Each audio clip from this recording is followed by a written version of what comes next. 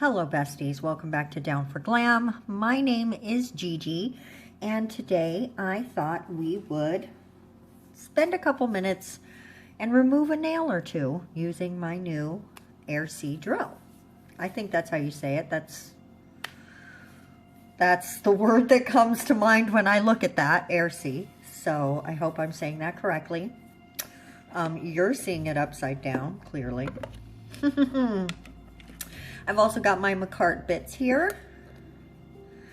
And so let's go ahead and give this a little try, shall we? I have actually played with it a tiny bit. Not a lot, but a little bit on the new hand. Oops, wrong way. So I'm just tightening that back in there, and that has a nice hold on it. And I'm going to turn it on, and you can see it just gives you a little... It's like 6,000, okay? So, just so you can see, it doesn't have a ton of sound. It has almost no sound when you compare it to my other drill, which is quite loud. And the vibration is a lot less, than my old drill as well.